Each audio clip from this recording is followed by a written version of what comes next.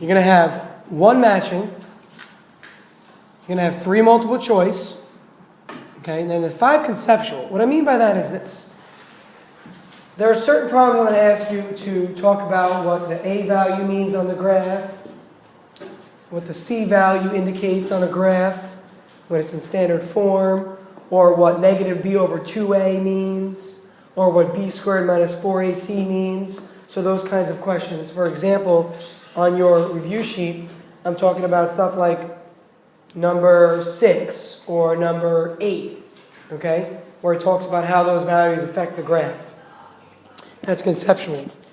There's going to be one problem where you're given a vertex and a point, and you need to find the equation. You're going to have a problem with a max or min problem, where you need to find the maximum or the minimum, okay, identifying whether it's a max or min using the axis symmetry. You're going to have 2 problems that look like number 8, given a graph, talk about those 4 things, b squared minus 4ac, a, c, and negative b over 2a. You're going to have a sum and product of roots, similar to number 9. You'll have to do one of those 3, but I will pick it. You're not going to be choosing. So you need to be able to do all those for tomorrow.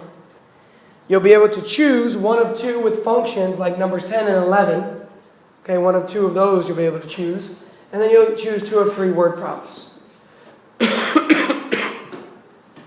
Okay? All right. With that said, question. So, to make this go smoothly, let's say to start 1 through 5. 1 through 5, any questions? And if you don't ask, I'm not going to go over it. So you guys need to ask if you have a question. Don't just sit there. Kate? On number 8, I'm just a little... 1 through 5.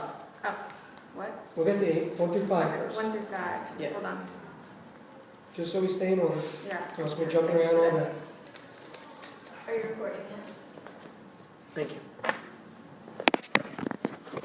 Everybody knows how to do every single thing on 1 through 5. There's not one question at all. Just say the 3 roots, 3 quadratic functions. Yeah, what are the 3 forms? Just say them. Y equals ax squared plus bx plus c. That's standard form. Y equals a, parentheses, x minus h, close parentheses, squared, plus k is vertex form. Y equals a, parentheses, x minus r1, close parentheses, open parentheses, x minus r2, that is root form. What is the one that's like y minus k equals? That's also vertex form. But vertex form, you can move the k over as a positive. Okay? Chris? Standard form is y equals ax squared plus bx plus c. Yep. That's it for 1 through 5. Nothing else. All right. Cool. 6 through 10. Number 8, I'm confused on part A, which is... Okay, let's take a look at number 8. So number 8 is an example of a graph where you really don't know any of the numbers. You just know the graph looks like that. Okay, that's what you know. And it tells you to identify whether the quantities below are either positive, negative, or 0. So let's start with the first one. B squared minus 4ac. B squared minus 4ac tells us what about the graph? What does it tell us about the graph?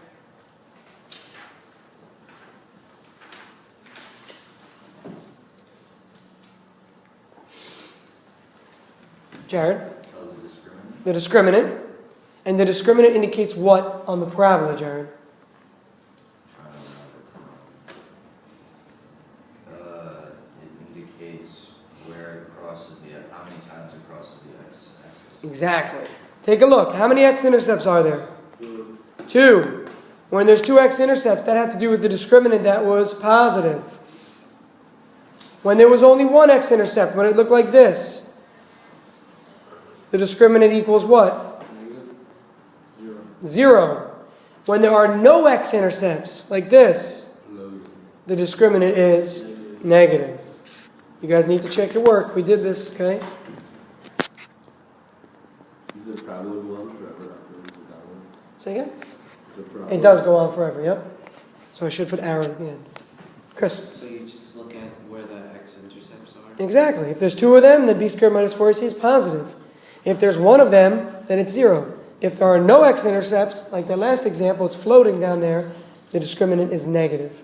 Remember, it's because the type of roots. A negative discriminant means imaginary roots, which is why it doesn't show up here.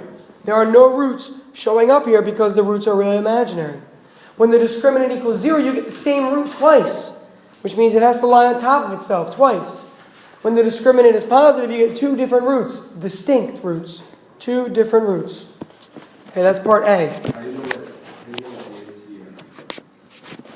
Help them out, somebody. How do we know the A value of a graph? What does A tell us? What it does what? Positive opens up. Remember, a positive person, okay, a positive person smiles. A negative person frowns. Okay? Positive person smiles, a negative person frowns. So on these graphs I have on the board here, A is positive for this one, A would be negative for these two. Clear? Yes? That also tells us whether there's a max or min, don't forget. Here these are maxes, right? Those are maxes. Here there's a min. Jared. A also indicates the steepness. Let's not say slope because there is no slope, but it's almost a curvature. The higher A is, absolute value-wise, so if it's like 3, 4, 5, or negative 3, negative 4, negative, it gets steeper and steeper and steeper. As it goes to a fraction, like 1/2, 1/3, it gets wider and wider and wider. Okay? C. What does C do to the graph? Okay, so A is for the wideness, right? A is if it opens up or down, and the wideness. Both. How would we be able to tell the wideness on something? You can't, and you're not asked to. What does it say? It says indicate if it's positive or negative. It's a good question. If you had two graphs side by side, you could say comparatively, relatively, this has a larger A value than this one does. What does the C value indicate? Chris? I thought that was a hand. No. Oh, okay. I thought you were raising your hand. Kate?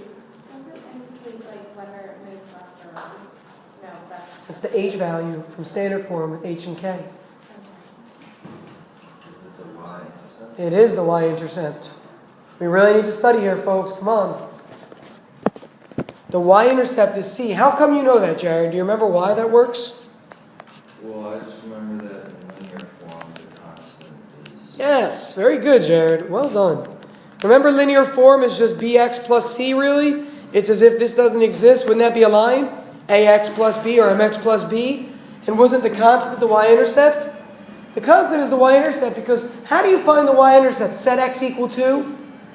0. So watch. When x equals 0, what happens to these two? They both drop off. If x is 0, these are gone. So when you set x equal to 0, what do you get? You get c, whatever it is. Put a 0 in here. If this was a 5, your y-intercept is 5. So because when you set x equal to 0, you're left with just c, or because it's the constant term. The constant term will always indicate the y-intercept. Okay? Next. So for this one, it would be positive, right? For this graph up here, because the y-intercept continues to go up. This graph would go up and it would intersect up here. These y-intercepts would both be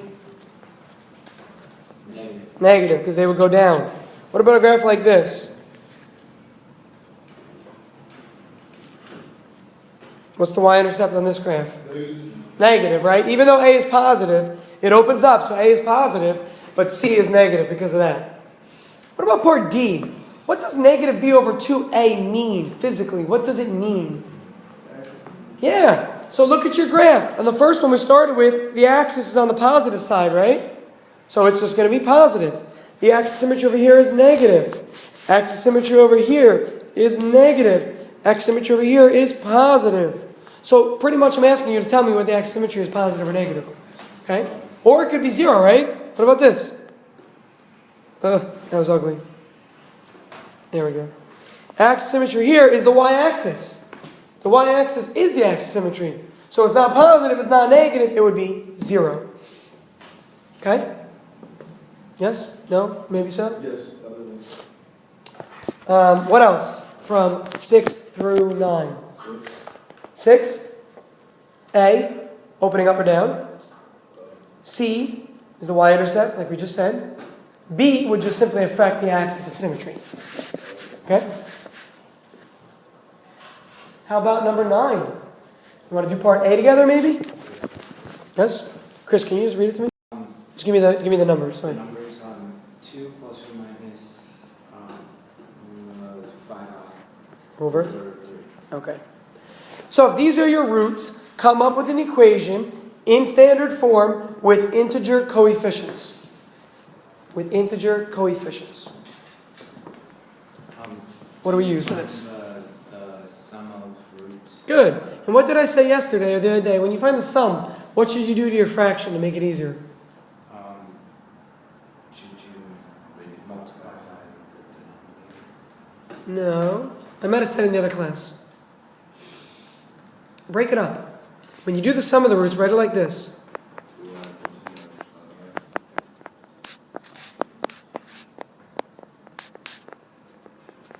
Okay, you'll see why in a second.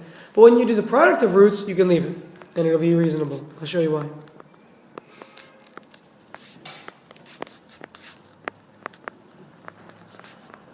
Okay? So write it this way. Who can see why I would do that? What would make it easier? Why does this look easier when I write it that way? Well, the product of roots is like, not PEMDAS, this should be. Yeah. The product of roots is easy because look at the top. You would just FOIL that, right? And those are complex conjugates. What does the denominator become, Ryan? Denominator. Oh, 4i, no, 4. Denominator. Minus, oh, the denominator is 3. No. Multiplication? 9. Thank you. Numerator, Ryan. 4 plus or minus 25 minus 3. Which one is it, plus or minus? Isn't it both? No. Oh, no, rather than FOIL, Ryan. FOIL. Come on. minus. Remember, when you multiply complex conjugates, or any conjugates, even binomial conjugates, like part B for that question, the middle terms always cancel. That's what makes this easy. Okay? Because now you can just do 2 times 2 is 4. 5i times negative 5i is negative 25i squared. Ian, what's i squared though? Negative 1. So that's really 4 plus 25, right? So what does this become? Over. So there's the product of roots. The sum. Why did I break it up? Who's picked up on it by now? You need common denominators. Okay, yes, but you do have a common denominator even if you don't break it up. You still do, Joe.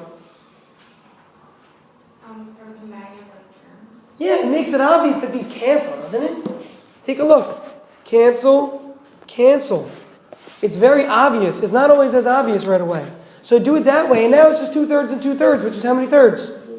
4/3. So your sum is 4/3, your product is 29/9. Are you done? No, you're not done. Because you got to put that in standard form. So let's do that. So 4/3 and 29/9.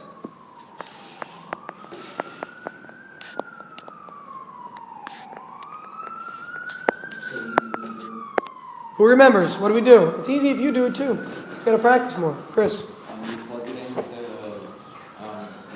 Okay, and what does it look like, the equation? Go ahead. So then it will be f of x equals a, well, x. Assume A is 1, remember? We always assume A is 1 for these. Plus 4/3 x plus 29 minus. One mistake, Chris. Minus, remember? It's always minus the sum. Remember we went that derivation at the beginning of the video for 7-7? I went over all that. The sum is always the negative in the middle, okay? Now, Jared, what should I do to finish this problem off? Why? Exactly. Multiply by whatever the largest denominator is here, okay? Which in this case is 9. So multiply by 9. What's 9 times 4/3? 9 times 4 is? 36 over 3? 12. How about 9 times 29/9? What is it? 29. Don't let that trick you, right? Because again, if you put a 9 here, the 9s are just going to cancel. Okay? That one, if people, like, they multiply 29 times 9 and then divide by 9. And they're like, wait, I multiplied and divided by the same number. So they cancel. Okay? So this would be your answer. Any questions on this one? You need to be able to practice part B and C as well. Okay? What would you do for B? Same thing. Sum and product of roots. So So- you add. Oh. Write them separately. Oh, foil. All right. Yeah, for the product you would FOIL. For the sum you would cancel like terms. Part C is the easiest one, right? Yeah. Part C is very easy. That's you're giving us all that tomorrow. Ian, Ryan, Why is the product added in the sum? Why does it have to be in that? you need to watch the video and you'll see. Because it's pretty obvious when you ask that question. I went over that for a while. First like 10 minutes of video 7.7, okay? Goes through all that detail. When you plug in the sum and the product, why do you put minus bx? Is it because it's a function? Or? That's what he just asked. Oh, really? I can go through it, guys, but I went through it in this video. Just watch. I mean, you really need to watch it again. I went through every step one at a time, where the negative comes from as the sum and everything. I can spend 10 minutes doing that right now. That's how long it'll take, but it's a waste of your time right now when you have it recorded already. If you have a negative sum, it becomes positive. Yeah, that for sure. So if your sum was a negative quantity, you make it a positive. If your product is a negative quantity, you leave it as a negative. Okay? But all of that is explained in that video, so please just watch the beginning, you'll see it. Numbers 10 and 11, why don't we go through both? Does that sound good? Because those are really the crux of everything. If you can do all of 10 or 11, you're pretty good with this stuff so far. 10 is what? Somebody read me number 10, please. 2x squared plus 4x plus 9.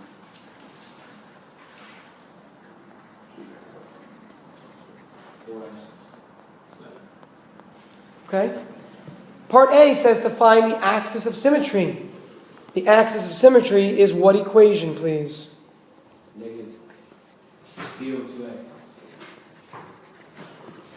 B is 4, so it's negative 4 over 2 times 2, which is negative 4 over 4, which is negative 1. So your axis of symmetry is x equals negative 1. Is that agreeable? Does anybody see any problem with that at all? That needs to be done automatically. That's like second nature by now. Axis of symmetry. Because if you don't know how to do that, you can't find a vertex, which means you can't find a maximum or a minimum value, which means you're kind of screwed if you don't know how to do that. Okay, you need to be able to do this. You need to be able to remember this here. Part B says find the vertex. Ian, you remember how to find the vertex? Plug in the x value. Yeah, very good, Ian. The x value is always going to be whatever the axis of symmetry was, because think about it on a graph. Look, I'll sketch the graph already. Here's your axis of symmetry. Your vertex is going to lie on the axis of symmetry. It's going to be on there somewhere, okay? So plug it in. What do you get when you plug it in? 2 negative 1 squared plus 4 negative 1 plus 7, Which is like what? 5. Negative 4 Yeah. plus negative 4. So negative 1 and 5. Should be negative 1 comma 5. Very good. So here's my vertex up here. Notice, before we go any further, look at the last part of this problem. Part G. Everybody see that? Draw a rough sketch. This is what you should be doing as you go through the problem. Is that clear? So when you do part A, there it goes. When you do part B, there it goes, etc., etc. Every time you complete another part, put it on the graph. Joe. For these kind of problems, like it's short work. This is the work. All your stuff you're showing here. This is. To show that. Yeah, absolutely. Be able to, like, I can do negative 4 divided by 4. You write out the equation, then just write. So write x equals negative b over 2a, which equals negative 1. Like, you don't need to show this step, Joe, but show the equation. Because anybody could plot this in their calculator and just sketch it. You know what I'm saying? So that's why I require you to show work there. How is it negative 5? Positive 5, thank you. Typo. Thanks, Jared. Part C says to find what? The domain. The domain. What is the domain for parabolas? Have we picked up on this by now? Same answer every time. All real numbers. Take a look. Watch. Ready? This goes off forever if you make a parabola. This half goes off forever. So in the x direction, it goes off forever to the right, it goes off forever to the left. It's all real numbers. I was wondering what I was going to come to. You kept getting the same answer? It's always going to be. You can't grasp all around. No, it's Yeah, wrong. right. Yeah, but like when you do the little arrows, that's indicating it, but like you don't want us to like just start writing it. Yeah. You can't draw it right now. How about part D? This is a little bit tricky. The range. Joe, why greater than, and first of all, greater than or equal to, but why is it greater than or equal to 5 and not less than? Why is it greater than, Joe, and not less than? It goes up. Yeah. Look at your A value. Ian, what's the A value in this problem? Positive 2. So everybody, positive means a smile. It opens up. So if this graph is going up, is there anything below the vertex? Nothing exists below the vertex. So you already know that it's going to look like this. You have an idea that it'll look like that in some fashion, right? So it's everything bigger than or equal to 5.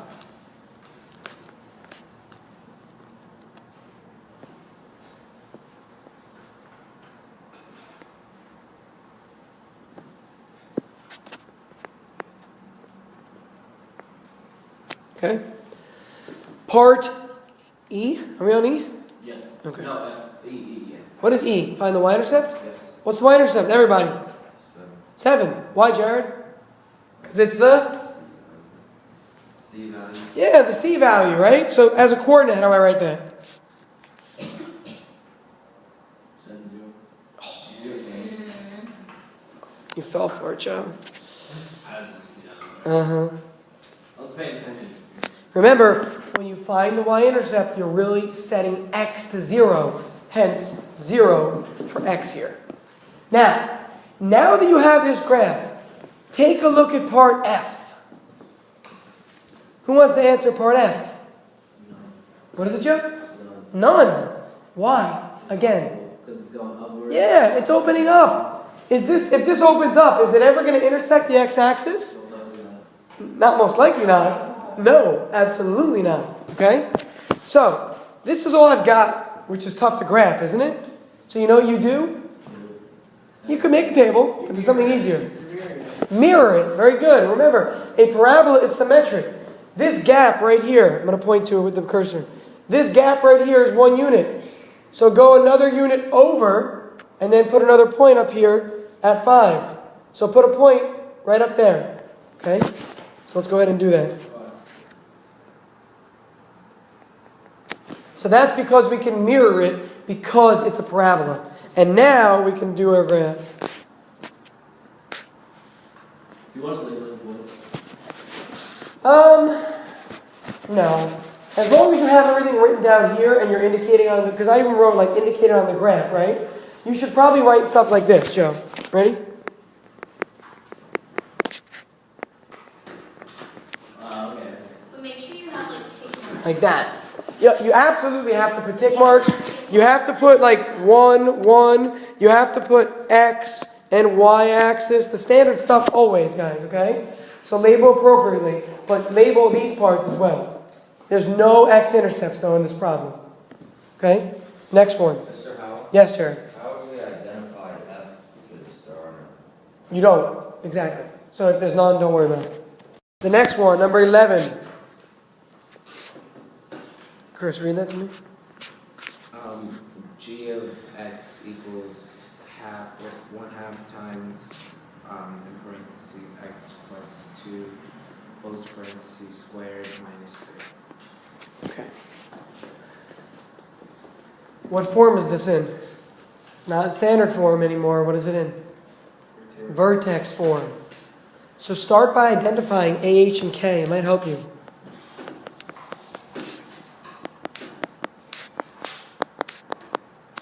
Okay, that really will help you. Remember, what does vertex form look like? Vertex form looks like this.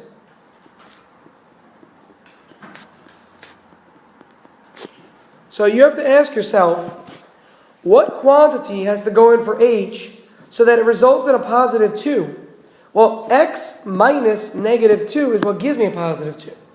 You could also look at it this way. Whenever you see a negative up here in the standard form, you can think about it means it's the opposite of whatever this was. Since this was a positive k, it means whatever this is going to be the k value. Okay? That's another way to think about it. Anyhow, with that said, let's go into this problem. Part A. Notice I'm nice. What did I ask for part A this time? First. Instead of going to the axis, I asked for the... Yeah, because it's in vertex form. hopefully ringing a bell in your head. Oh, this is vertex form. What do you got? -2, -3. Because Ian, the vertex is always h comma k, right? Very good. H comma k. Part B. What's the axis of symmetry?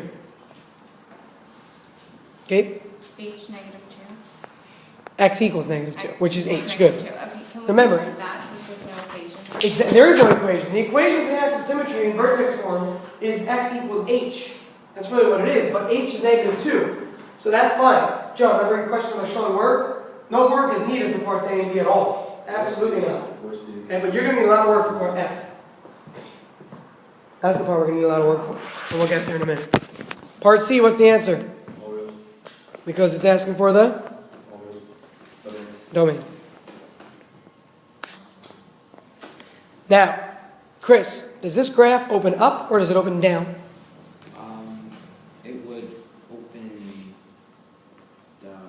down, up. Which one? What's the A value, Chris? The A value is 1/2 Is that positive or negative? positive. And positive smiles. So it goes up. Up. Okay? So we know the graph is already going to open upward like this. And we know the vertex is -2, -3. So what's the range going to be, Julia, for this problem? What do you think the range would be if the minimum value is -2, -3, and it's going up? Anything greater than Yeah. Greater than or equal to, right? -3. Okay, don't forget that equal to symbol. So again, whatever this is going to be greater than. If it had been opening down, this would be everything less than -3. Less than or equal to, rather, -3. Part E. Don't fall for the trick here. Remember, when it's in standard form, it's the constant. But this is not in standard form. So we can't say the y-intercept is -3. And that wouldn't make sense. Your y-intercept can't be the same as the vertex unless it's sitting on the y-axis, which this one clearly is not. Okay, this one looks like this, really. This is what we have for this kind of a graph. It's really not a good sketch. So let me cover that up. Ian, how would you find the y-intercept? Plug it into this, right? Yes, set x to 0.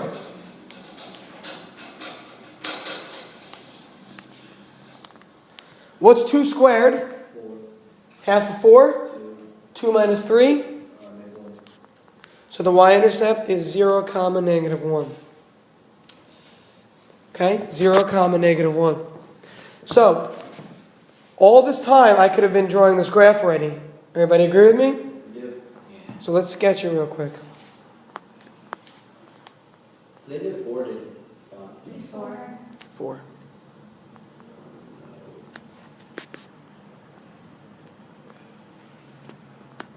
Somebody did first period math ball? See, that means I can't, like, First period. who is that?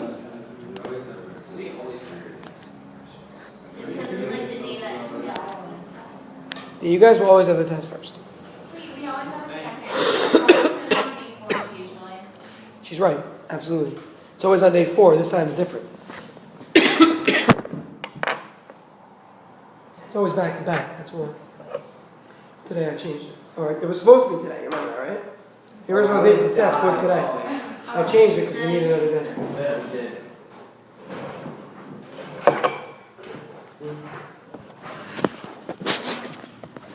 So we got the vertex, the axis, the y-intercept. What else can I do with that y-intercept again? Mirror it over here. How many units though this time, Joe? 2 units this time. Okay, so take it and mirror it over 2 units over. But I'm not done this time because it's opening up and the vertex is negative. So there's going to be some x-intercepts. And that's part F we're going to look at now.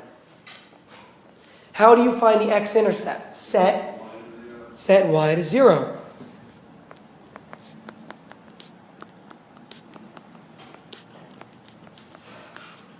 Right? So that's what we start with. Who thinks they can step me through this part? Nobody can step me through it? Chris, go for it. The x plus 2 squared would end up being x squared plus. Too much work. Solve it as if this were just one variable. So move stuff around. Okay. That'll work, Chris, but it's way more work than you need to do. So move this over. I'll give you a starting point, okay?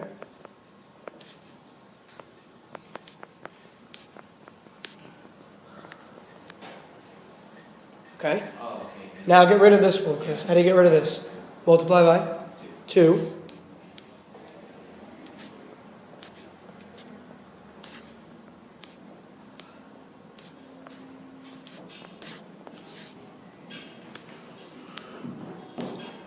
Get rid of the square, Chris. Yeah, so find the square root. And when you square root, how many answers do you have, really? 2. Good. How do you get rid of the 2? So we put it in the front. Remember this? How are you supposed to graph that? Okay. Yeah, and that's the question, Joe. Very good question. How do you graph that? You approximate it with a decimal. This is when you need the decimal. Okay? So go to your calculator, -2 plus root 6, get a decimal, -2 minus root 6, get a decimal, and graph. Guys, make sure you practice the problem solving tonight. Okay? Anybody that owes homeworks, have them tomorrow. No later. Is there videos on top?